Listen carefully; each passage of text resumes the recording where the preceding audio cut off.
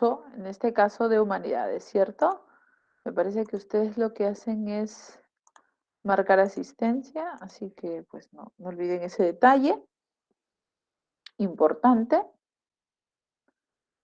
Y también una mención un tanto más administrativa, porque para hoy estamos desarrollando lo que viene a ser nuestra primera disciplina filosófica. Aquí estamos. Hoy venimos a hacer lo que es el trabajo desde la axiología. Ya, hoy nos situamos aquí, pero ¿no? Hay que recordar, me parece que ustedes tienen pronto una evaluación, ¿cierto?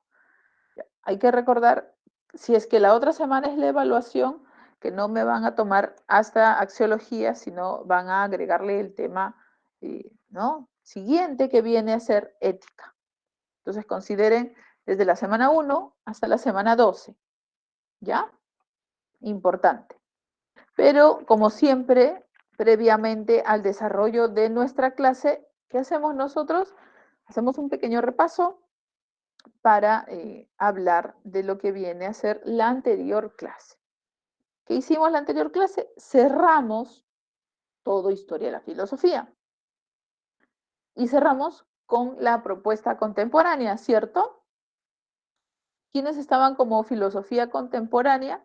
Hablamos de los dos momentos de la propuesta de Wittgenstein, el Círculo de Viena, que tenía una mirada científica del mundo, por eso también les llamaban los neopositivistas, acuérdate del positivismo de Comte, va por la misma línea, no son contrastantes, sino que continúan con la propuesta de que lo verdadero va a ser aquello que puede evidenciarse a través de los hechos, a través de las experiencias, a través de lo empírico propiamente, porque empereia viene del término ¿no? latino, empereia, que significa experiencia, acción. Entonces, esto mencionó Conte, es lo único que corrobora tus enunciados científicos. Yo digo que algo es verdadero porque tengo un respaldo a través de una evidencia.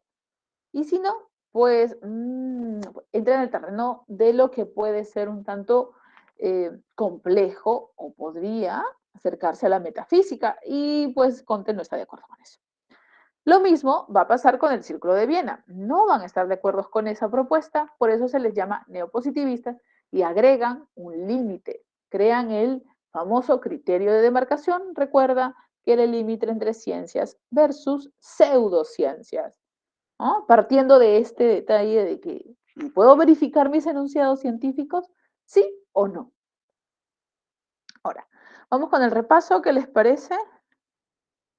Acuérdense de la propuesta de Wittgenstein.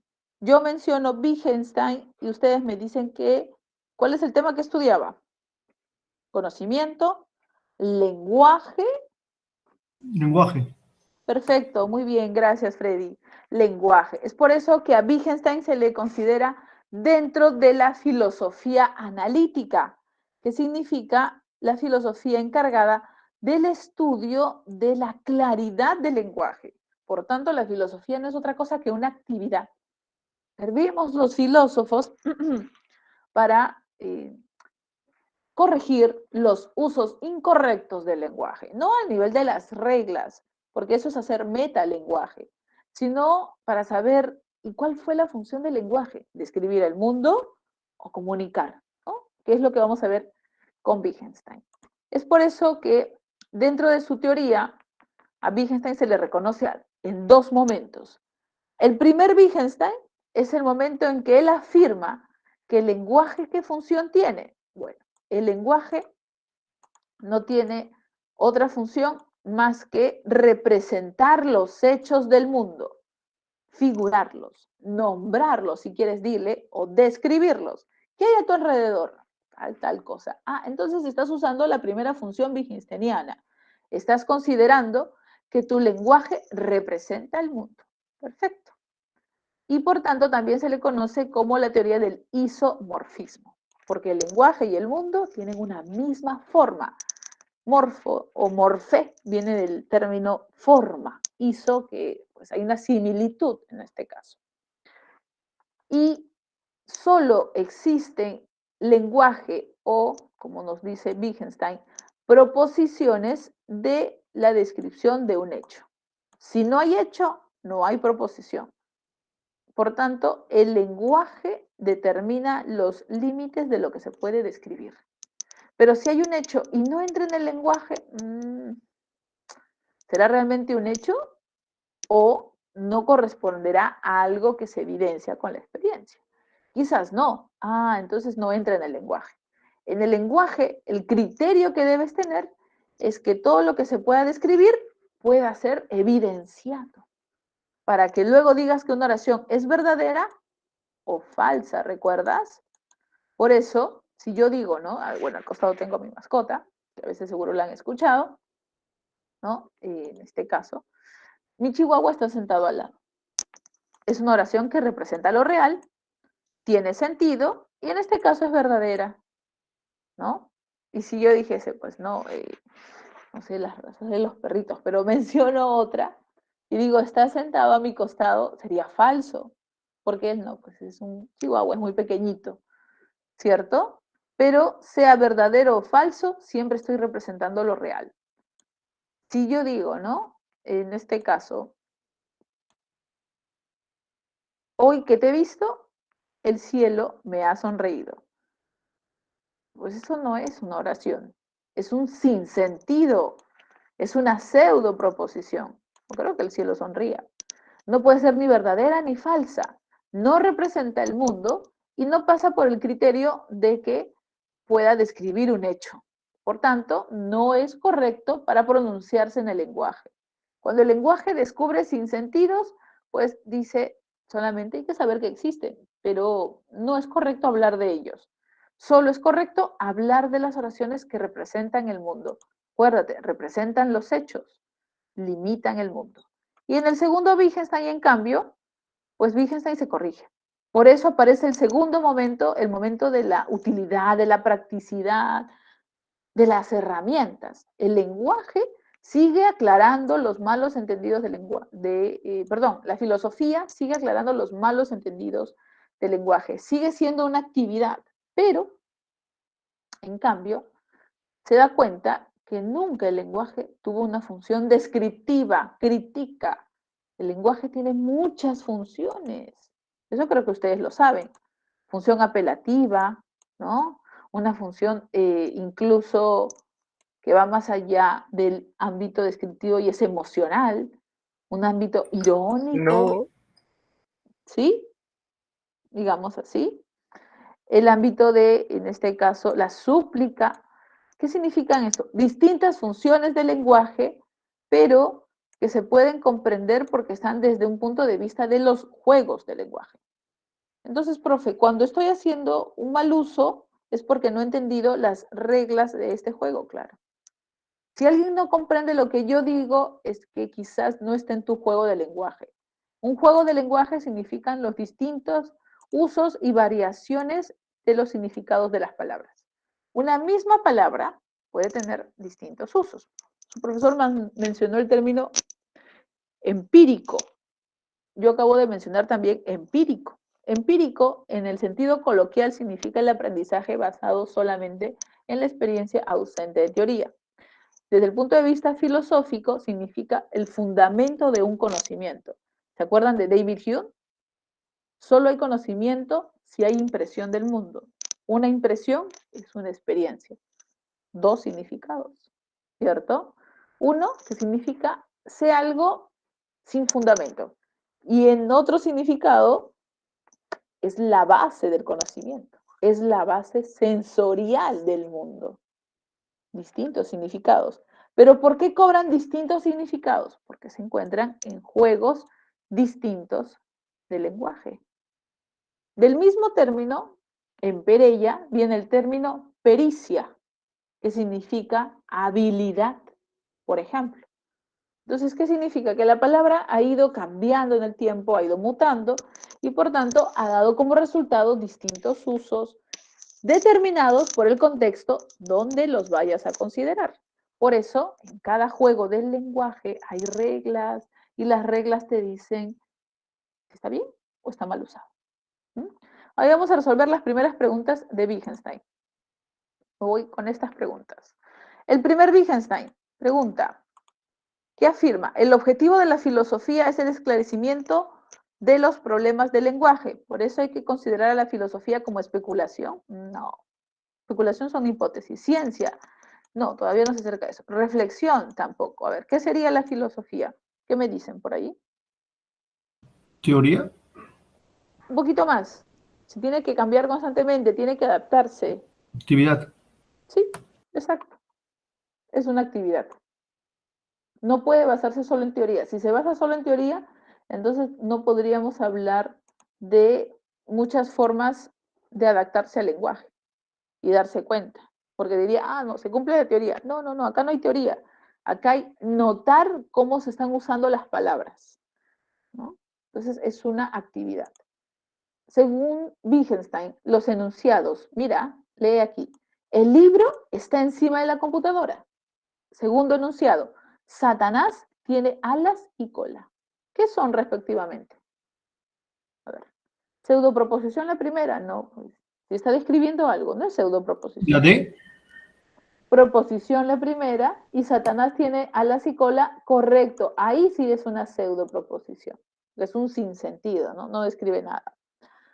Wittgenstein considera que el mundo, acuérdate, el mundo está hecho de qué? Está constituido de qué? el lenguaje, Un poquito más, un poquito más. ¿El lenguaje qué describe? Ajá, ahí escuché. Hechos, exacto. El mundo hecho de hechos, el lenguaje construido de proposiciones.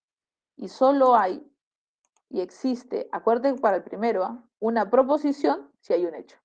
No hay proposición si no hay hechos. Por eso en las ciencias, ¿no? Que es el del primer Wittgenstein, tú tienes confianza de que estás hablando del mundo, que toda la teoría que aprendes está refiriéndose al mundo. ¿Por qué? Porque se supone que está cumpliendo esta función. Ha descrito la realidad, no se está basando en especulaciones. ¿Mm? Siguiente, a ver. Para el segundo Wittgenstein, podemos afirmar que el lenguaje tiene un carácter cambiante, dinámico. ¿Por qué es inteligible? No. ¿Por qué es inalterable? No, pues no sería dinámico. ¿Por qué usa proposiciones? No. A ver, no es la A, no es la D, no es la B. sus significados cambian, La E. Exacto, muy bien, porque sus significados cambian de acuerdo a los juegos del lenguaje. ¿Cierto? Ya. Vamos con el Círculo de Viena. El Círculo de Viena nos presentó a un Rudolf Carnap que nos hizo mención del fisicalismo. Y acuérdate, el fisicalismo es como el primer Wittgenstein. Solo describe, ¿no? En este caso, el lenguaje de la ciencia, aquellos objetos espaciotemporales. Pues que si no los tengo, no, no los va a describir, ¿no? Entonces, el lenguaje ordinario es ajeno a no cometer ambigüedades. Evitémoslo. Usemos solo el lenguaje de la física como un lenguaje correcto para las ciencias. Eso afirma el Círculo de Viena en palabras de Carnap. ¿Qué más agrega el Círculo de Viena? El método correcto para investigar es la inducción, porque te permite verificar caso por caso. Luego de esa verificación, debes saber que tus mismas hipótesis y teorías, una vez contrastadas con la realidad, deberían funcionar. De hecho, profe, si no, no son teorías. Ya, pero eso lo dice el Círculo de Viena. Las teorías constantemente se verifican en la acción que tienen en la realidad, en que han predicho cómo funcionaría. Eso dice el Círculo de Viena, es el criterio de demarcación. Las ciencias que puedan hacer esto se llaman ciencias. Y las que no puedan verificar sus enunciados, pseudociencias. No le gusta esto a Popper. ¿Recuerdan? Porque Popper dice, está mal. Estamos trabajando como si las teorías fuesen inalterables, si los paradigmas científicos no se sometiesen al cambio también. Y sí, sí se han sometido al cambio. Es por eso que Popper propone un nuevo método para encontrar quiénes se llamarían ciencias. Las ciencias trabajan con el nuevo método de Popper, llamado hipotético deductivo. Significa partir partir la investigación, es decir, iniciar la investigación con una hipótesis, con una conjetura, que luego debe ser no verificada, nunca verificada, sino falsada con un contraejemplo. El fin es que la hipótesis sepa resolver esto, ¿no? O la teoría. Si es que no sabe resolver o no quiere aceptar la idea de que sea criticada, está cayendo en el dogma, está cayendo en la propuesta de que es única. Y ninguna teoría está escrita sobre piedra, ¿no? Entonces, por eso es que Popper dice, eso sería el verdadero trabajo de las ciencias, falsar sus propias propuestas a través de contraejemplos. Si responde a ellos, que se quede, ciencia. Y si no, y ni siquiera deja esto, entonces está convirtiéndose en un dogma. Se cierra en ella misma y pues no debería considerarse como ciencia. Listo, respondemos las preguntas de acá. ¿Qué actitud adoptan los miembros del Círculo de Viena contra el conocimiento que no se puede verificar? No les gusta el Círculo de Viena, el conocimiento que no puede ser verificado, ¿no? Entonces no le creen, tienen una mirada escéptica, es decir, dudan. El fisicalismo sostiene que el conocimiento científico parte de ¿qué? A ver, el fisicalismo, el lenguaje de Carnap y el Círculo de Viena. El conocimiento parte de la observación, pues. Porque es necesariamente un objeto espacio-temporal. Del planteamiento epistemológico de Popper, podemos afirmar que la ciencia, espacio, tiene ¿no? O podrá tener un conocimiento de qué tipo. Las ciencias, según Popper, podrán tener un conocimiento de qué tipo, de la realidad. En cambio, ¿no? A ver, ¿cómo sería el conocimiento? Casi siempre no. Nunca inexacto tampoco. Nunca inexacto tampoco. A ver, no es la A, no es la B, ni es la C. ¿Cómo sería, según Popper, la ciencia? ¿Qué me dicen ahí? Según Popper, la ciencia, ¿qué no podrá tener de la realidad? Nunca podrá tener un conocimiento exacto de la realidad. Sí, en cambio, ¿cómo sería? No es la A, no es la B, no es la C. La E.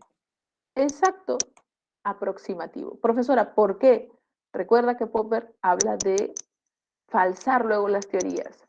Si se establecieran de aquí para 100 años más como únicas, entonces no sería pues un conocimiento real, dice Popper, ¿no? Esa es la propuesta, porque deben saber que sus propuestas son falibles, es decir, sometidas a un cambio. De acuerdo con la epistemología de Popper, los enunciados dogmáticos de las pseudociencias, a ver, las pseudociencias no permiten plantearse que los enunciados que no someten a crítica sus propias teorías, a ver, que no aceptan las pseudociencias y que Popper dijo tienen que aceptarlo porque si no vamos por mal camino. Ejemplos, no, pues ejemplo tampoco, no es la A, no es la D. Que no aceptan estas pseudociencias. Modelo tampoco. ¿Mm? ¿Qué me dicen por ahí? La B. Exacto, las pseudociencias no quieren que les critiquen, por eso no aceptan contraejemplos. Al no aceptar contraejemplos, se les considera que no son enunciados científicos.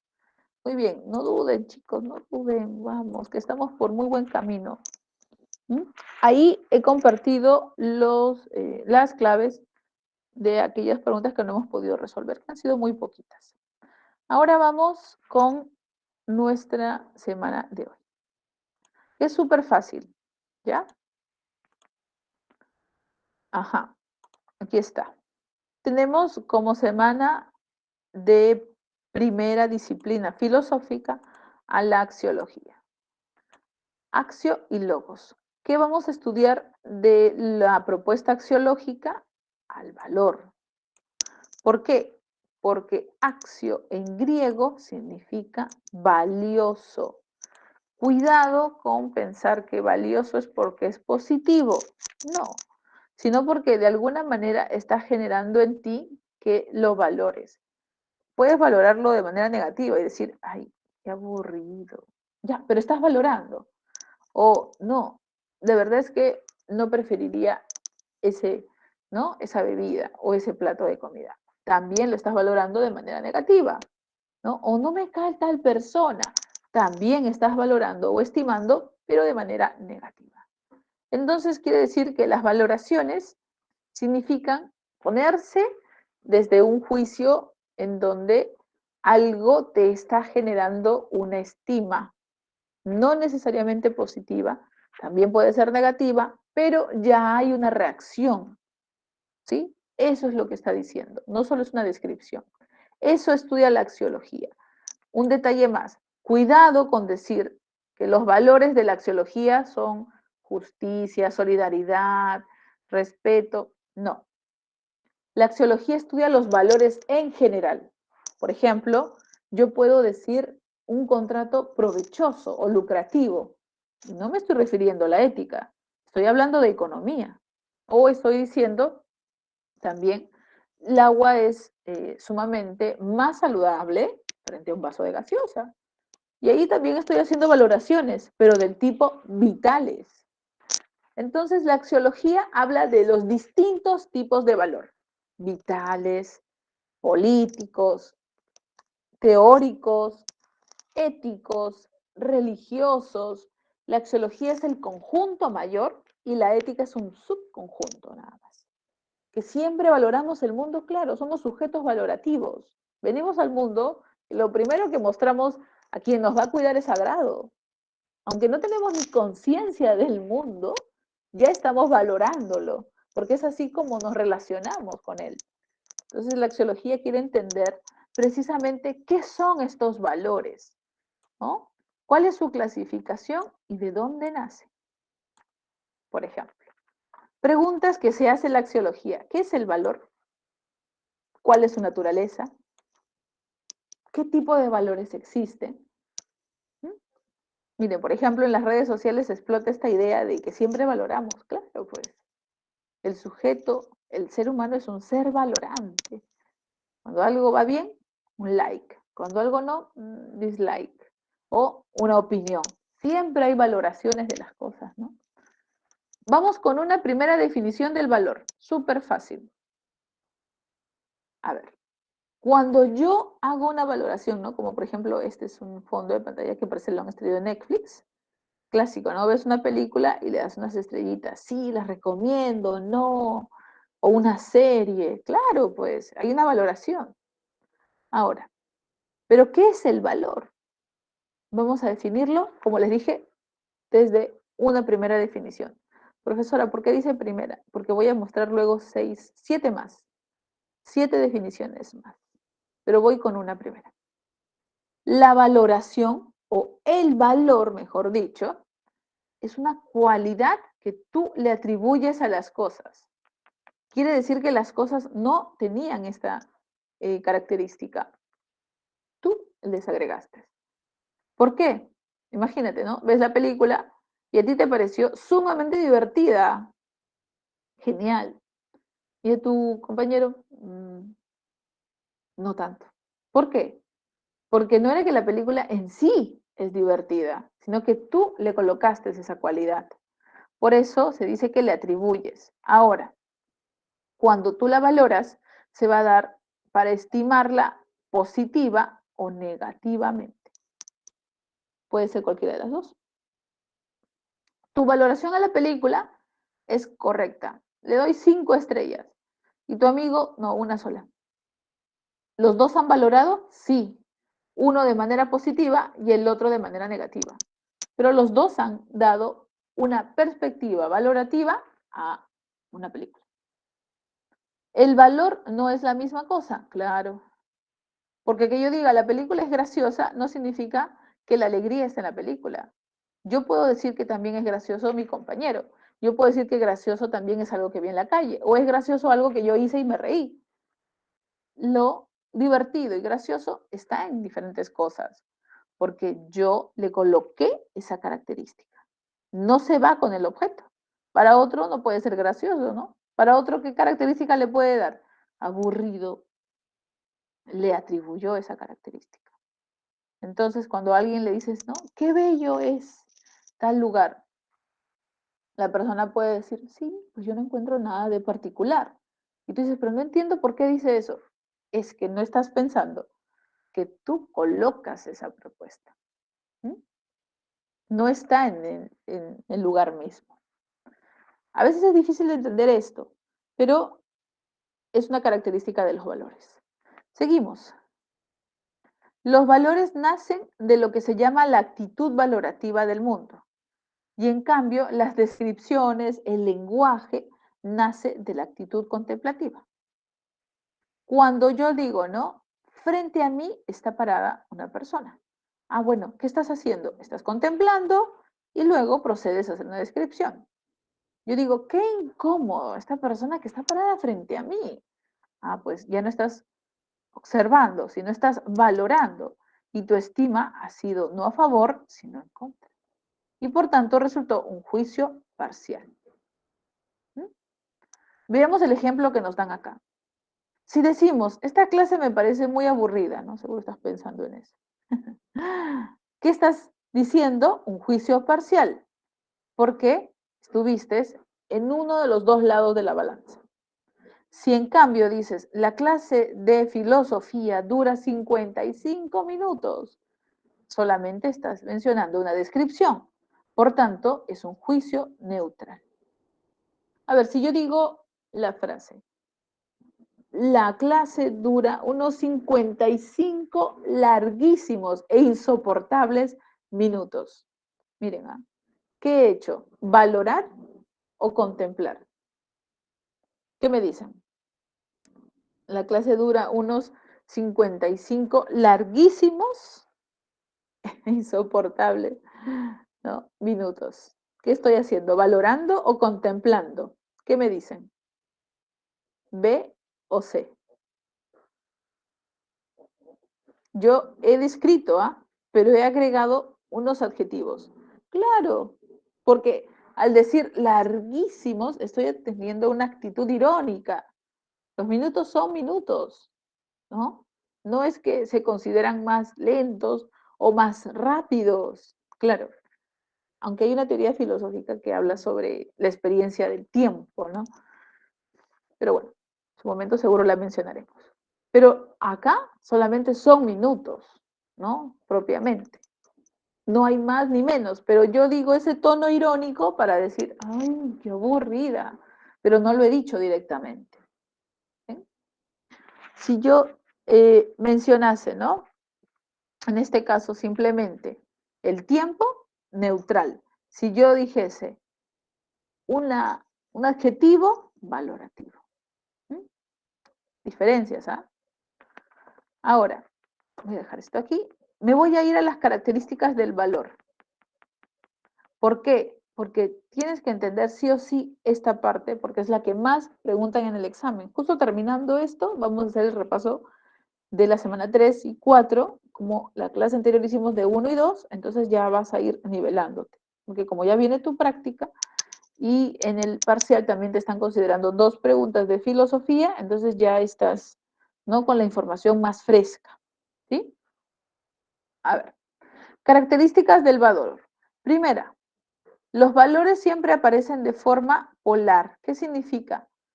Que todos tienen su opuesto. Para alguien le parece agradable y para otro le parecen desagradable. ¿Me gusta el helado de chocolate? No me gusta el helado de chocolate. Una u otra. ¿Sí? Jerárquica, ¿qué significa? Que los valores se presentan en preferencias. Prefiero quedarme hoy en la noche y estudiar, aunque es viernes, a salir con mis amigos. Un detalle, cuando te viene una pregunta y aparece el término preferir, preferencia, directamente es una jerarquía, porque uno de los elementos desaparece. Uno queda crucial y el otro queda en muy bajo plano. ¿Sí?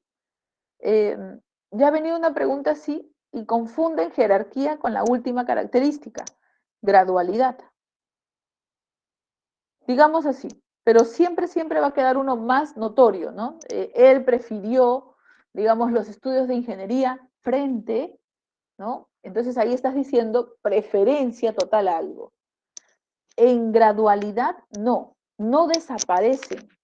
Hay dos o más objetos, se valoran, pero uno está mostrando notoriedad y los otros un poco menos, pero no desaparecen. Si en cambio desaparece el último, el segundo, a casi nada, entonces es jerarquía, porque dominó uno. En gradualidad solo se mostró una intensidad frente a algo. Porque a veces vienen esas preguntas y confunden mucho esto de acá. ¿Cómo hayas jerarquía? El término prefiero. ¿Cómo hayas una gradualidad? Trata de ubicar los adverbios más, menos, en este caso, porque están indicando intensidades. ¿Ya? Ya ha venido esa pregunta, entonces es importante que me haya detenido en esto. Por ejemplo, ¿no? Tengo sabor de 2 helados. Yo prefiero más el sabor de lúcuma, en este caso, frente al de vainilla. Jerarquía. Tengo vainilla y nuevamente lúcuma. Quisiera una, ¿no?, mayor cantidad de lúcuma, ¿no? Quisiera una mayor cantidad de lúcuma y un poco de vainilla. Estoy ahí generando una gradualidad. No desaparecía el segundo. En cambio, en el primero prefiero. Entonces estoy desapareciendo el segundo. Mucho cuidado con esa pregunta. En el Perú tenemos un representante respecto de la propuesta de la axiología. En este caso tenemos a Augusto Salazar Bonti, que es hermano de Sebastián Salazar Bonti, que en literatura seguro lo han mencionado, porque es el escritor de Lima la Horrible. Augusto, filósofo, consideró una clasificación de los valores diciendo, por ejemplo, que variaban de acuerdo al objeto al cual te referías. ¿Te quieres referir a una teoría? Entonces, usa valores del tipo cognoscitivos. Una teoría es verosímil o inverosímil, precisa, rigurosa o imprecisa. ¿Te quieres referir a, ¿no?, actos sagrados, religiosos? Perfecto. Usa términos como la piedad, lo sagrado propiamente, lo profano. ¿Por qué? Porque el contexto es distinto. Quisieras referirte a términos, ¿no?, económicos, pues usa valoraciones como lo lucrativo, lo provechoso, lo útil, porque son valores propios de esta área. De esa manera, Salazar está ordenando nuestras valoraciones para evitar también confusiones. Él sigue esta propuesta desde el alemán Max Scheler y es considerado uno de los mayores representantes a nivel de Sudamérica en esta área. Y también, me parece que este mes, se han publicado sus últimos estudios sobre el primer Wittgenstein. Así que es muy interesante la propuesta de Salazar, ¿no? Listo, dejamos aquí sobre la clasificación de los valores y nos vamos a la última parte de la clase, las teorías axiológicas. Estas significan de dónde nacen los valores, nada más. ¿Se acuerdan que mencioné una primera definición? El valor es la cualidad que yo le atribuyo a algo, ¿no? Por ejemplo, yo le digo a mi perrito, qué tierno perrito.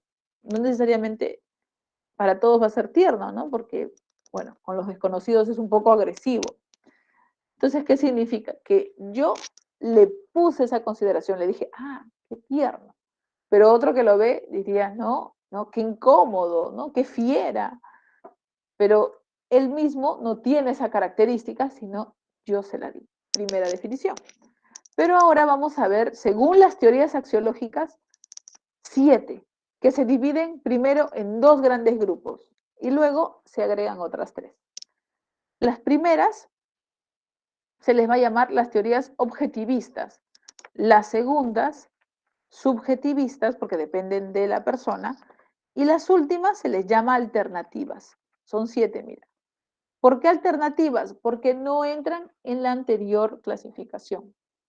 No son dependientes del sujeto, no son dependientes del objeto, pero también son teorías sobre el origen de los valores.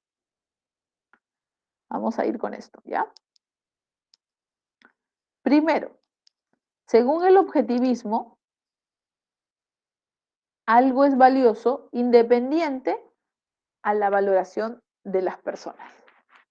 ¿Qué significa esto? Que el valor ya se encuentra en el objeto, en la persona misma, que va a ser valorada, o la situación. Más allá de que tú lo veas o no, es como la película, ¿no? Todos van a captar que la película es graciosa. No importando que a algunos no les guste, no, esa película ya tiene esa característica. Ahora, el siguiente paso es que tú reconozcas que lo tiene. Según esta teoría objetivista, existen dos propuestas: naturalista de Aristóteles y idealismo objetivo de Platón. A ver, quiero que recuerden a Platón. Haz memoria de Platón, ¿ya? Según Platón, había uno o dos mundos. Exacto, muy bien, gracias, Freddy. Habían dos mundos, el mundo de las ideas y el mundo en el que nosotros habitamos. ¿Cómo se le llamaba? A ver, aprovechamos para hacer el repasito, así como que el mundo de las ideas, el mundo de las cosas, de los conceptos, el mundo de las matemáticas, el mundo de lo perfecto y el mundo de lo imperfecto, de lo cambiante, de los sentidos. ¿Cómo se le llamaba? Uno es el mundo inteligible y el otro es el mundo sensible. Más fácil todavía, se han acordado del más complejo y se han olvidado del más sencillo. El mundo inteligible de las ideas es el de los conceptos. Y el mundo sensible es el que tú, yo y todos los que estamos en el aula virtual habitamos. ¿Sí? El mundo que está lleno ahorita de COVID. Ese es nuestro mundo sensible. ¿Sí? Ahora, Platón dice que el mundo de las ideas es el verdadero, porque es el mundo de los conceptos. Si tú quieres entender algo, tú dices un concepto. Entonces Platón decía, exacto, una copia mal hecha, claro, porque en realidad siempre estaba cambiando. Por eso, si tú querías entender a un objeto como era una copia, tenías que irte al original. Y el original era solo una idea. Ahora, lo mismo ocurre con los valores. Cuando yo valoro algo, estoy valorando el objeto. Pero ¿y el valor en dónde estará? Arriba, en el mundo de las ideas. Entonces, desde el idealismo objetivo, los valores aparecen cuando alguien te ayuda. ¿Quién? Un objeto. Por eso se dice que para captar los valores, yo tengo que tener ahí una ayudita, un vehículo, ¿no? Algo así como, por ejemplo, la información a nivel de las neuronas se transmite gracias a, ¿no?, una parte de ellas, ¿no? Gracias a esta partecita hay una transmisión de neurona a neurona. Si no hay esta partecita, seguro ustedes se acuerdan, se llama el axón, no hay comunicación entre ellas. Ya, es lo mismo. Yo no puedo captar la información del mundo de las ideas si es que no tengo un vehículo que me ayude. ¿Quién sería? ¿Un objeto? ¿Una experiencia? ¿O una persona? Cuando veo a esa persona, me parece la belleza misma. Claro, pero no lo es. Pero te ha ayudado, gracias a que ella ha aparecido, a captar esta idea que se encuentra en el mundo de las ideas. Ella sería el vehículo para captar, ¿no? Eso se llama intuición emocional. Digamos así. ¿Mm? Ahora, ¿qué más podemos observar? Entonces, es por eso que los valores, afirma Platón, ya existen antes que existen nuestras valoraciones. Porque las personas venimos después. El mundo de las ideas, acuérdate, siempre existió, es eterno. Por tanto, los valores son a priori a tu experiencia.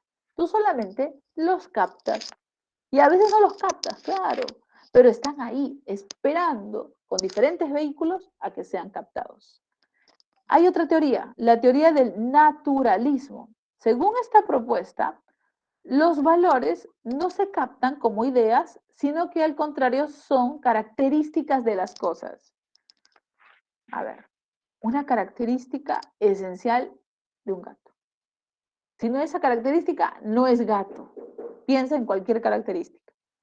Y ahora piensa que esa característica que lo hace ser gato, la pierde. Entonces ya no es gato. Ah. Lo mismo pasa con el naturalismo. Tú dices, ¿no? El celular que tengo es muy útil, por eso lo aprecio, pero con el tiempo ya no te sirve tanto. Es lento, no te permite hacer las actividades que antes hacías y entonces estás queriendo cambiarlo. Claro, ¿qué pasó con el celular? Perdió la característica que hacía que lo valoraras. Por tanto, el naturalismo dice, los valores están en el objeto como algo, ¿no?, que es una característica esencial a ellos. Si se pierde esta característica, se pierde el valor. Si hay una pintura valiosísima, pues piensa en la Gioconda, en el Museo Louvre, en París, y tiene la característica que es, ¿no?, en este caso, hecha, ¿no?, por un gran, ¿no?, un grande de la época renacentista. Imagínate que esa característica la pierda, que descubran que fue una copia, que no fue su autor él. ¿Seguirá siendo valiosa la Gioconda? No, pues ya no la hizo Leonardo. Entonces, es una copia, por tanto, no es valiosa. ¿Ven? El naturalismo dice, los valores son características, el idealismo objetivo dice, los valores eran ideas y alguien me ayudó a captarlos. Pero, ¿dependen de nosotros, de los sujetos? No, ya estaban ahí los valores. El problema es cómo nos acercamos a ellos. El subjetivismo, en cambio, dice que los valores existen a partir de que nosotros valoramos algo, pero por dos criterios, nada más. El primero, yo digo, algo es valioso porque me genera placer.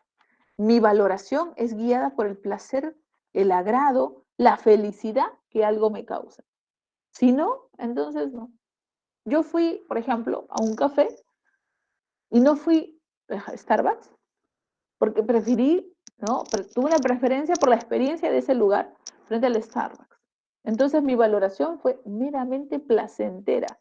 Quizás la calidad en el otro lugar era mejor, pero yo lo dejé en segundo plano. Lo más importante para mí fue la experiencia placentera de ese otro lugar. Entonces tuve una valoración hedonista, porque en griego, hedone significa placer. ¿Cuál es el otro criterio para que también valores? La utilidad. Según esta teoría de Jeremías Bentham y John Stuart Mill, algo es valioso si genera el beneficio o la utilidad a la mayor cantidad de personas. La vacuna, desde el utilitarismo, ¿sería valiosa? ¿Sí o no? ¿Qué me dicen? Ya, yo no estoy diciendo eh, de un laboratorio en especial, claro, ¿no? Sea AstraZeneca, sea Sinopharm, sea Pfizer, sea Sputnik, ¿no? Y ya no recuerdo las otras que han salido. Pero, sea cual sea,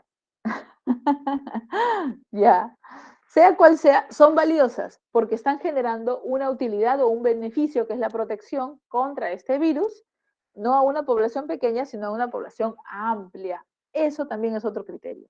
Los sujetos valoramos en tanto nos beneficia de manera amplia, ¿no?, a muchas personas. Y terminamos con las últimas tres. Facilitas, ¿ah? Las teorías axiológicas alternativas, porque no entran en esta clasificación anterior, no encajan exactito. La primera es el socioculturalismo de Herbert Marcuse. Según esta teoría, los valores dependen del contexto o la coyuntura en la que viven las personas. Piensan en las generaciones. Me parece que tu generación, que eres bastante joven, eres un centennial, ¿cierto? Bueno, algunos erróneamente le dicen la generación TikTok. No, yo no creo eso, ¿no? Pero se le conoce como generación centennial. Luego están los millennials, la generación X, la generación Y, la generación Z, la generación baby boomers. Son generaciones marcadas por los contextos históricos, sociales, investigaciones, ¿no?, temas políticos, interacción con la naturaleza, que ha ido pasando de manera distinta en diferentes años, ¿no?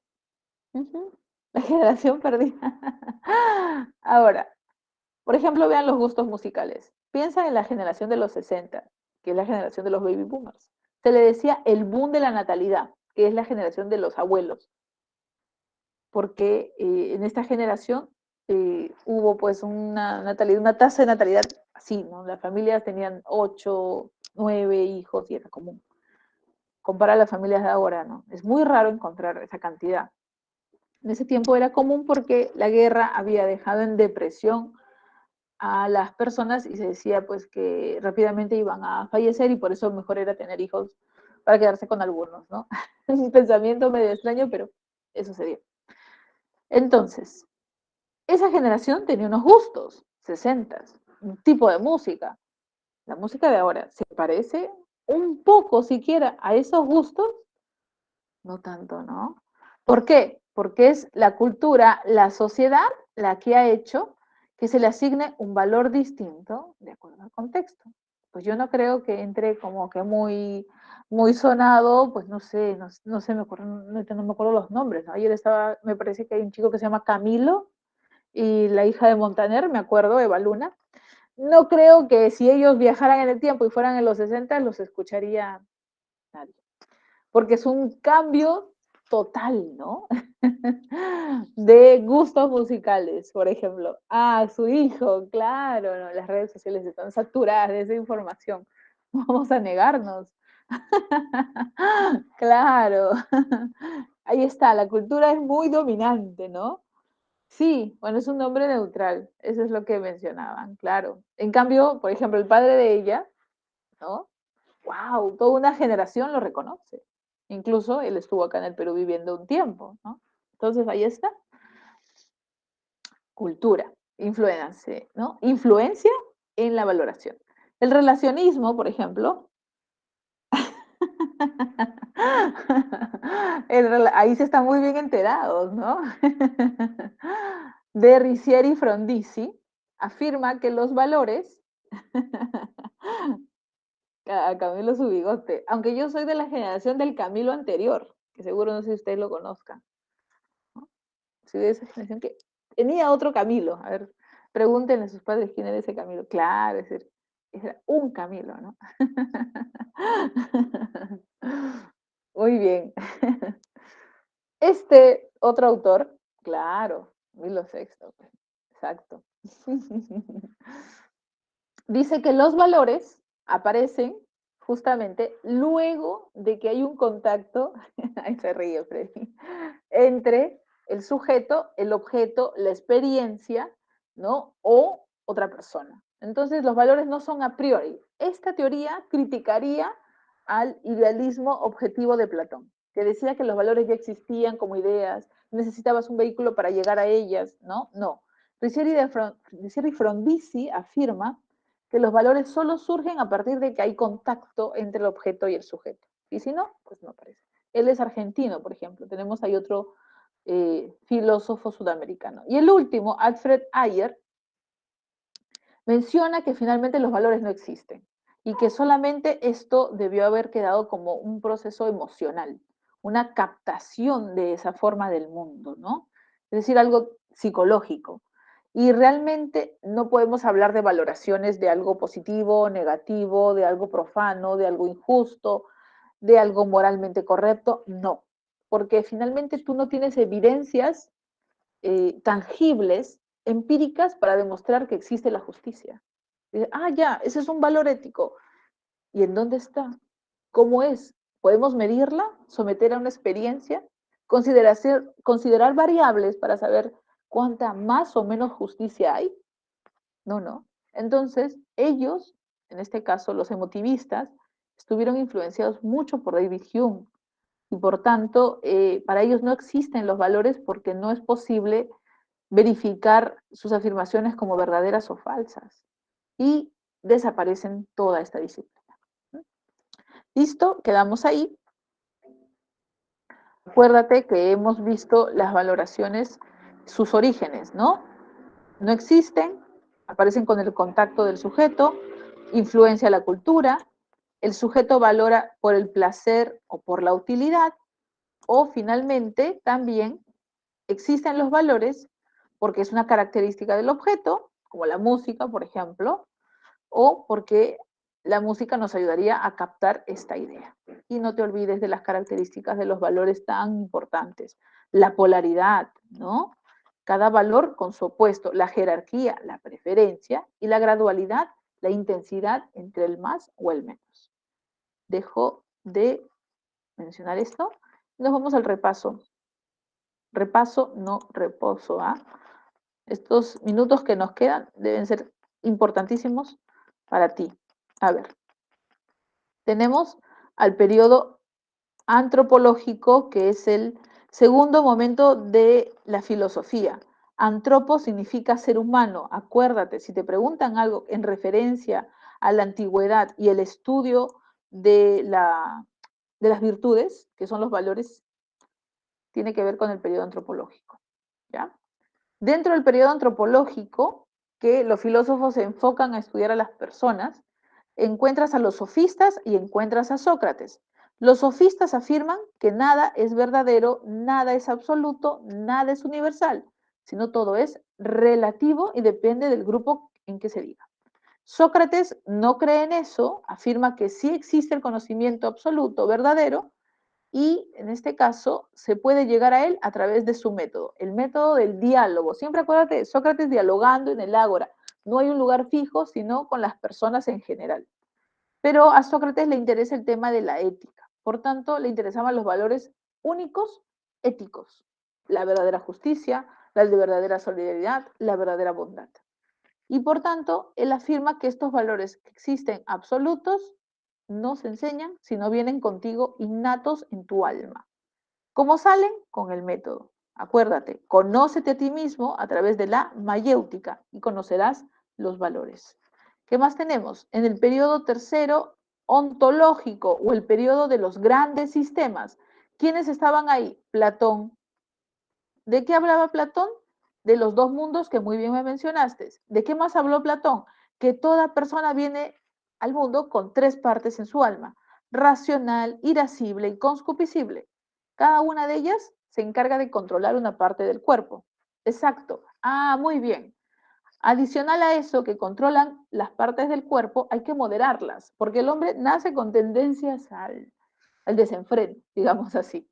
¿Cómo moderamos cada una de estas partes? Con una virtud. Mira, en griego se decía virtud, en la modernidad se llaman valores, pero son lo mismo, ¿ya? A veces van a decir, profe, ¿a qué se refiere virtud? ¿Ser bueno? No. Virtud son valores en general, pero se decía en la antigüedad. Entonces, ¿cómo controlo las partes del alma? Con un valor o una virtud. La sabiduría para la parte racional, la parte irascible, la fortaleza, y la parte concupiscible, que era la parte de los deseos del vientre y el bajo vientre, con la templanza o el equilibrio. Ahora, una vez que estaba controlado tu cuerpo, aparecía la última virtud que muy bien mencionó Freddy, la justicia, que significa equilibrio. Lo mismo va a suceder en la polis. Cada persona, en este caso los tres principales, se refieren a una parte del alma. Un gobernante, que es el filósofo gobernante, es racional. El guardián, que tiene la fortaleza porque tiene el alma irascible. Y el productor, que viene a ser el artesano, en este caso también, tendría el alma conscupiscible. Esas tres partes importantísimas. Ahora, ¿qué más tenemos? Tenemos a Aristóteles, también en el periodo ontológico. Este filósofo nos habló también de dónde vienen las cosas y propone la teoría hilemórfica. Dicen que las cosas están constituidas por una materia y por una forma, en este caso. Sala. También nos habló del movimiento. El movimiento es la potencia o a veces el acto. Cuando está terminado algo, en acto. Cuando va a realizarse, potencia. Y constantemente van cambiando. Finalmente, Aristóteles nos habló de las cuatro causas, por ejemplo, la material, de qué estaba hecho, formal, cómo está hecho, los planos, el modelo, eficiente, quién lo hace y final, para qué se hizo. Acuérdate. Tanto como Platón y Aristóteles hablan de dónde vienen las cosas, solo que Aristóteles critica a Platón y dice que la esencia de las cosas estaba en este mundo. La esencia de la mesa estaba en este mundo, no en el mundo de las ideas. ¿Y en dónde estaba? En la forma de la mesa. Terminamos hablando de las escuelas helenístico-romanas. Todas que tenían en común búsqueda de la felicidad, pero se diferenciaban por el modo de acceder a ella. El cinismo, vivir como la naturaleza. El estoicismo, no hagas nada. Apatía. El escepticismo, duda porque te puedes equivocar y mejor no opines, suspende el juicio. Y el epicureísmo, vive conforme al placer. Distintos caminos, un solo fin, la felicidad o la ataraxia. Preguntas. El mundo inteligible es caracterizado por Platón como el mundo de lo eterno, el mundo verdadero, el mundo de lo perfecto, el mundo de lo inmutable, ¿no? Por tanto, como hemos dicho, ¿ahí cuál sería? De las Perfecto, ideas. ya. El mundo de las ideas, como dice muy bien, perfecto y universal. Ahí está. Se cuenta que alguna vez le preguntaron a Protágoras si creía en los dioses. La gente que le formuló esta pregunta afirmaba la existencia de ellos. Sin embargo, cuando otro grupo de personas que sospechaba de la existencia de las deidades le hacen la misma pregunta, Protágoras también asevera que no cree en ellos. Entonces, Protágoras queda bien con los que creían y queda bien con los que no creían. De lo anterior se deduce que los sofistas buscan la verdad universal, falso. Que los sofistas amaban ganar dinero, quizás, pero no es un tema de que se relacione. ¿Protágoras tenía una vocación desinteresada por conocer la verdad? No, porque quedó bien con cada grupo. Muy bien. La verdad no es absoluta, sino que es relativa. 12b. Un profesor dice lo siguiente en un aula. Nuestra sociedad ha normalizado el uso excesivo de los celulares y sobre todo de las redes sociales. Termino a ver. Estoy seguro, por ello, que Sócrates hoy más que nunca exhortaría a las personas que a ver, las personas dicen, es un grupo de amigos que están juntos en una mesa, pero no hablan. ¿Qué les diría Sócrates? Que se resignen y que acepten todos el uso del celular. Que desistan de buscar la verdad absoluta. No, si Sócrates creía que se existía. Que busquen los placeres intelectuales. No, porque esto es ridículo. Claro, que se conozcan ellos mismos a través del diálogo, ¿no? Exacto, muy bien. Gracias, chicos. Sí. Una profesora de pintura les dice a sus alumnos, por más esfuerzo que entreguen en pintar un caballo, nunca lo lograrán porque los trazos perfectos están en la idea de caballo. Ahora te preguntan, según la filosofía de Platón, ¿dónde se encuentra la idea perfecta de caballo? ¿En el mundo, en un lugar recóndito del mundo físico? No. ¿En un lugar del espacio sideral? Tampoco creo, ¿no? En la granja del mundo sensible. Claro, en el mundo inteligible, perfecto. Jürgen Habermas señala en una entrevista que ya no estamos en los tiempos de pensar que los filósofos deban gobernar. Estos intelectuales a lo mucho deben asesorar en temas a los gobernantes. Sin embargo, dice, ¿qué filósofo del mundo antiguo no estaría de acuerdo con Habermas? ¿Qué filósofo dice que ¿no? Que los llamados a gobernar son los filósofos por su tipo de alma? Ay, te estoy diciéndole bastante. ¿Seguros? Un poquito antes, ¿ah?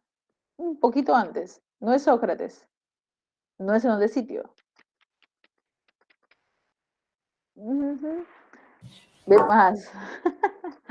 Es Platón, acuérdense que Platón habló de los 3 tipos de alma y decía que el alma racional la dominaban los gobernantes y el más racional de cualquier polis siempre iba a ser un filósofo.